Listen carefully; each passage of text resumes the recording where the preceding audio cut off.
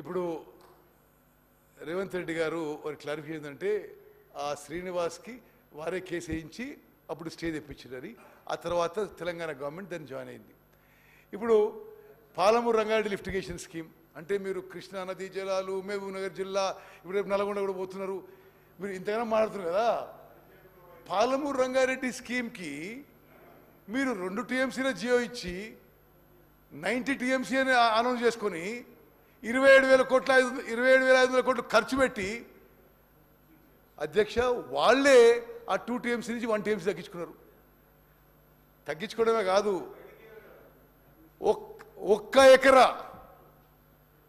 ఒక్క ఎకరు కూడా కొత్త ఆయకట్టు క్రియేట్ చేయలేదు. Unfortunately Palamuru Rangareddy lift irrigation scheme which was started much earlier. First GO was issued by then Congress government on 8/8/2013 and Rayalaseema's GO was given 5/5/2020. Now are being treated on the same footing by Government of India. If the Telangana government, then TRS government, ఈ పాలమూరు రంగారెడ్డికి చిత్తశుద్ధి ఉంటే అసలు ఇప్పటికే ఎప్పటికో పని పూర్తి కావాలి. మరి దాని పట్ల పూర్తి అశ్రద్ధ విషయంలో కూడా దయచేసి ఈ సభ ద్వారా మనం చేస్తాను. నెక్స్ట్ నా ఒక నిమిషం. Second apex council meeting 6th October 2020. Second apex council attended by whom? K Chandrashekar Rao గారు, Rajat Kumar special CS, Muralidhar Rao engineering chief, Andhra నుంచి వై జగన్మోహన్ రెడ్డి గారు, కేంద్రం నుంచి కేంద్ర జలవనరుల మంత్రి, కేంద్ర కార్యదర్శి. నౌ అంటే ఇప్పటివరకేమో ఈ 512 TMC ఆంధ్రప్రదేశ్కి, 299 తెలంగాణకి ఇయర్ ఆన్ ఇయర్ అగ్రిమెంట్ వస్తుంది. ఈ మీటింగ్లో కల్వకుంట్ల చంద్రశేఖరరావు గారు ఇది ప్రతి ఇయర్ ఎందుకు, ట్రైబ్యునల్ వచ్చే వరకు ఇదే అరేంజ్మెంట్ ఉండదు అని చెప్పిండు. This on record, minuted. మరి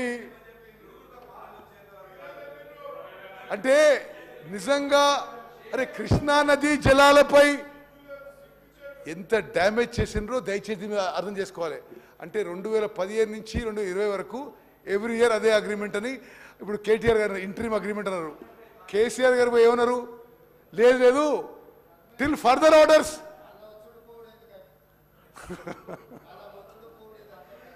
ఈ 512 TMC 299 till the dispute is settled. Okay. See, you read out when you want to. No, 1 minute. No, I'm not yielding, Speaker. I'm not yielding. The implication is taking this as an opportunity. CM Telangana could have raised the issue and sought for revision of water sharing, but stated to continue the same till tribunal decide the matter, which has serious implications now and difficult to come out. Now, no, అబద్ధాలు చెప్పడం మీకు అలవాటు. దయచేసి నేను మాట్లాడక మీరు మాట్లాడండి. No speaker sir, ఇప్పుడు నెక్స్ట్ నేను చెప్పేది ఇంకా మీకు ఇంట్రెస్టింగ్ ఉంటుంది. ఓకే ఇది అంటే ఇది నిజంగా కూడా అంటే ఒకటే ఆలోచించాలి. మాకేం తెలియదు విషయం, కానీ గౌరవనీయులు కేసీఆర్ గారు, గౌరవనీయులు జగన్మోహన్ రెడ్డికి మంచి సంబంధాలు ఉంటాయి. ఎలక్షన్ డే కేసీఆర్ గారు ఓడిపోతున్నది మొత్తం తెలుస్తున్నది. జగన్మోహన్ రెడ్డి ఆంధ్ర పోలీసు నాగార్జున డ్యామ్ అదేదో ఇన్సిడెంట్ క్రియేట్ చేయడానికి పంపిస్తే it's clearly there is something behind it. ఇప్పుడు ఆ కింది లెవెల్ ఆఫీసర్స్ కూడా అనుకుంటారు ఇదేదో పైన మాటకు చేసిన అనుకుంటారు. ఆ రోజు నుంచి ఈ రోజు వరకు కేసీఆర్ గారు ఒక్క మాట మాట్లాడలేదు. ఈ మొత్తం ఇన్సిడెంట్ మీద మాట్లాడలేదు. ఓకే, అయితే ఏంటంటే మీరు వినాలి స్పీకర్ సార్, 1st Decemberకి అది ఇమ్మీడియట్లీ కేంద్ర హోమ్ సెక్రటరీ ఇంటర్వ్యూన్ అయ్యి మరి ఇక్కడ పోలీసులు అక్కడ పోలీసు కొట్టుకుంటారేమో అని చెప్పి కేంద్ర హోమ్ సెక్రటరీ వాళ్ళే ఇంటర్వ్యూన్ అయ్యి వారే ముఖ్యమంత్రి, వారే ఫైనాన్స్ మినిస్టర్, రేవంత్ రెడ్డి గారు నేను ఏ పొజిషన్ లేవు అప్పుడు 1వ తారీఖున అంటే రిజల్ట్స్ కూడా రాలే, పోలింగ్ అయినాక రిజల్ట్స్ కూడా రాలే. కేంద్ర ప్రభుత్వం సిఆర్పిఎఫ్ని పంపించి ఆంధ్రప్రదేశ్ పోలీస్ని అక్కడి నుంచి పంపించేసినారు. అప్పుడు అధికారంలో ఎవరు? ముఖ్యమంత్రి కేసీఆర్ గారు, ఫైనాన్స్ మినిస్టర్ హరీష్ రావు గారు. మరి కౌంటింగ్ కూడా కాలే. మేము అంటే ఇఫ్ ఎట్ ఆల్ పార్లమెంట్ సభ్యులు ఉన్నాం మేము. ఇదేదో మేము చేసినట్టుగా వీళ్ళు అబద్ధాలు చెప్పడం ఇది సరైన విషయం కాదు. ఓకే, ఇంకా ఇంట్రెస్టింగ్ విషయం చెప్తాం మీకు. ఇది 1 డిసెంబర్కి కేసీఆర్ గారు ముఖ్యమంత్రి, కేసీఆర్ గారు ఇరిగేషన్ మంత్రి, స్మితా సబర్వాల్ గారు principal secretary to chief minister, also holding charges in charge secretary irrigation. వారు కేంద్రానికి లేఖ రాస్తారు 1 డిసెంబర్. మేము అధికారంలోకి రాలే. యు ఆర్ ఆల్సో అవేర్, దయచేసి సభ్యులందరూ కూడా జాగ్రత్త అయినాలి. ఇది కేసీఆర్ గారి సెక్రటరీ స్మితా సబర్వాల్ గారు కేంద్రానికి రాసిన లేఖ మనం అధికారంలో రాకముందు.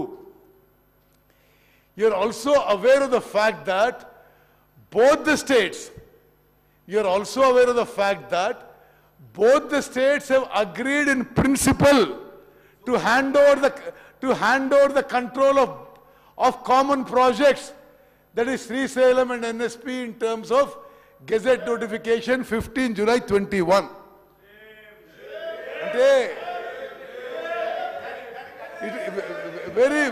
Very clearly,